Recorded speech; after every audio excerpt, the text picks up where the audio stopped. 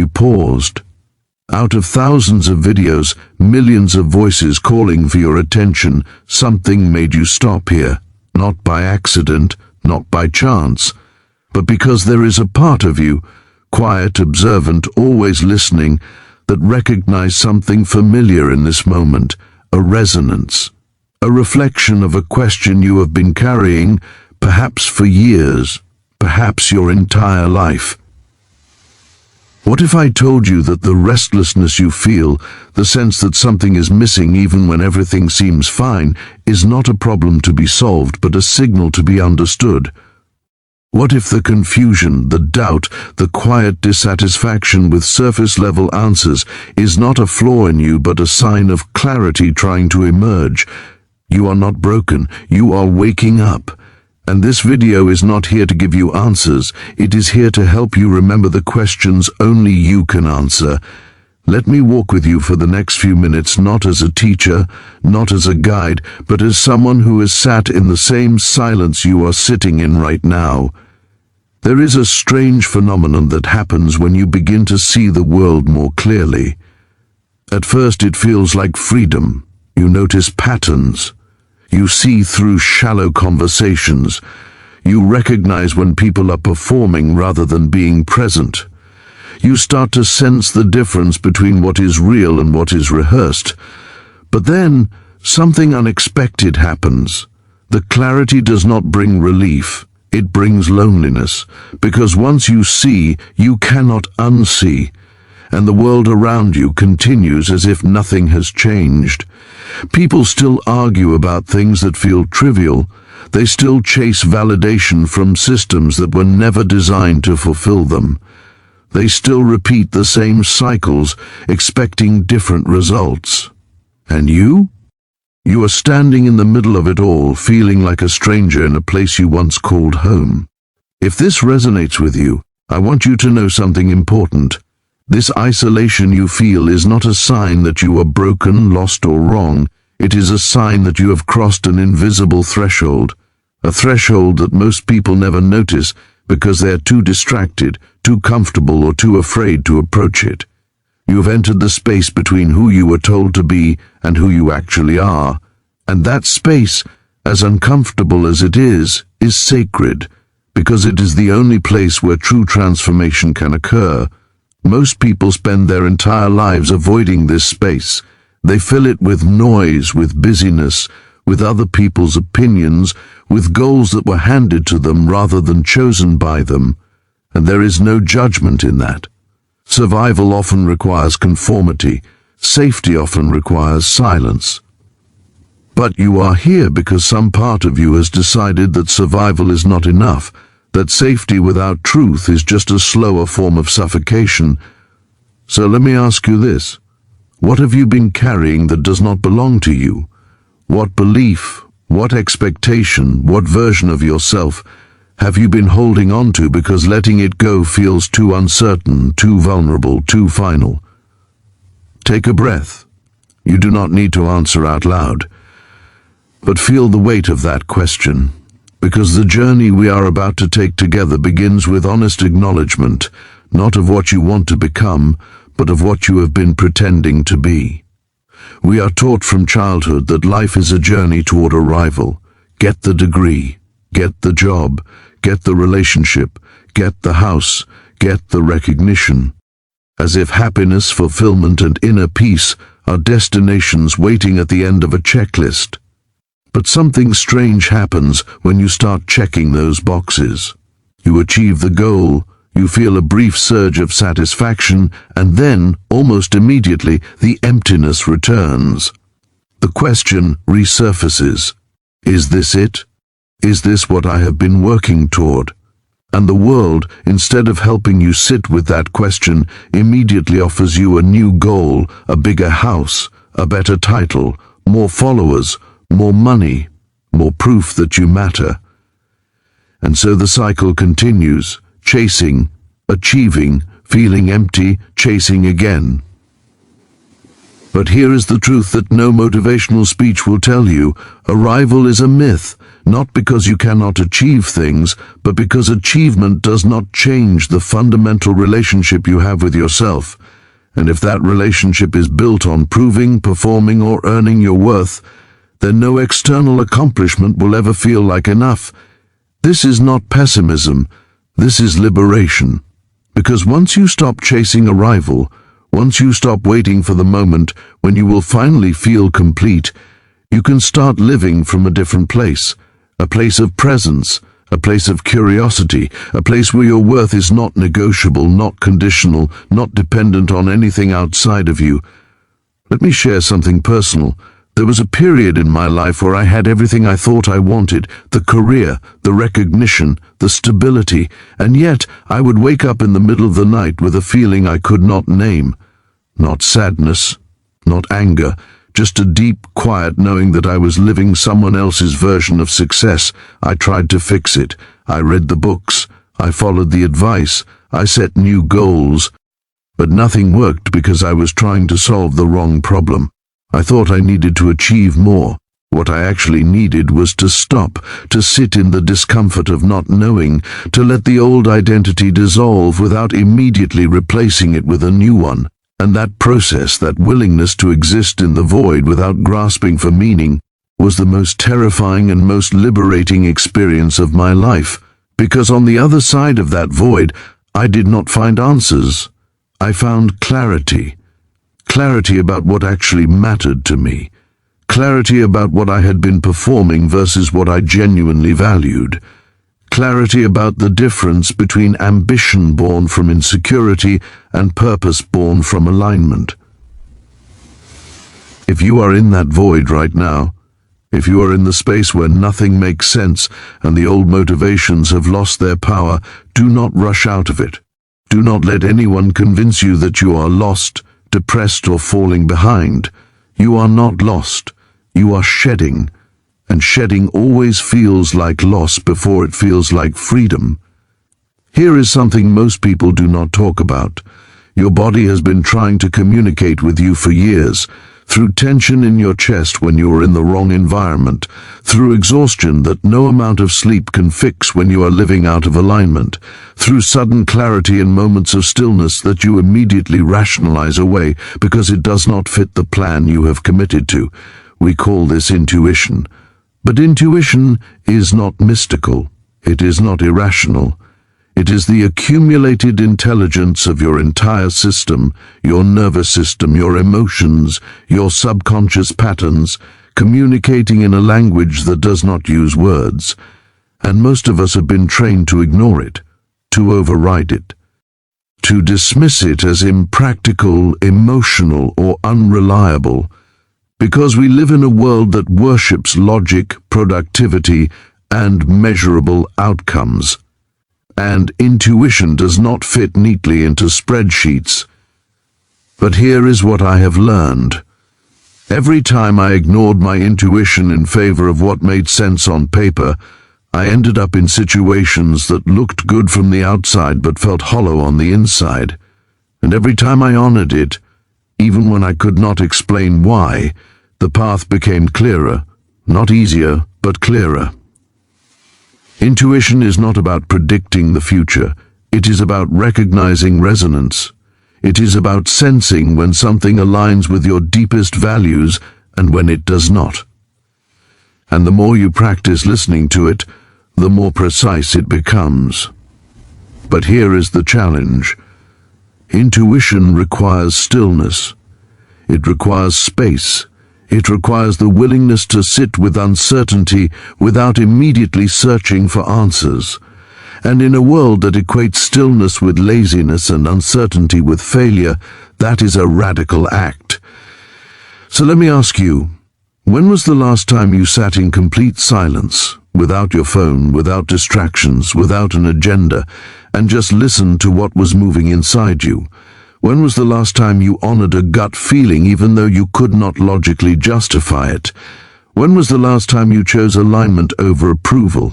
If you cannot remember, then you are not living from your center. You are living from the expectations, the conditioning, the inherited beliefs that were never truly yours to begin with. And the remedy is not complicated. It is just deeply uncomfortable, because it requires you to stop, to create space, to listen, to trust what you hear even when it contradicts everything you have been taught. This is not about rejecting logic or abandoning responsibility. This is about integrating the intelligence of your entire being, mind, body, and spirit, so that your decisions come from wholeness rather than fragmentation. Growth is not always about adding more.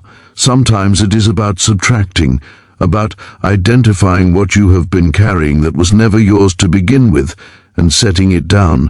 We accumulate so much throughout our lives: beliefs about who we should be, stories about what success looks like, fears inherited from parents, teachers, society, and we carry them like armor, thinking they protect us, when in reality they prevent us from moving freely.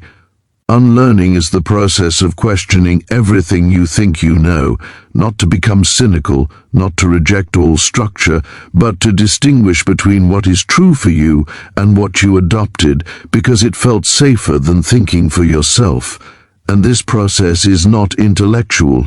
You cannot think your way out of conditioning. You have to feel your way through it.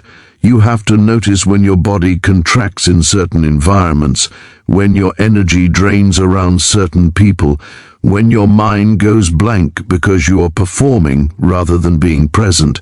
Let me give you an example. For years, I believed that productivity was the measure of my worth. If I was not creating, achieving, or moving forward, I was wasting time. And that belief kept me busy. It kept me distracted. But it also kept me disconnected from the deeper rhythms of my life.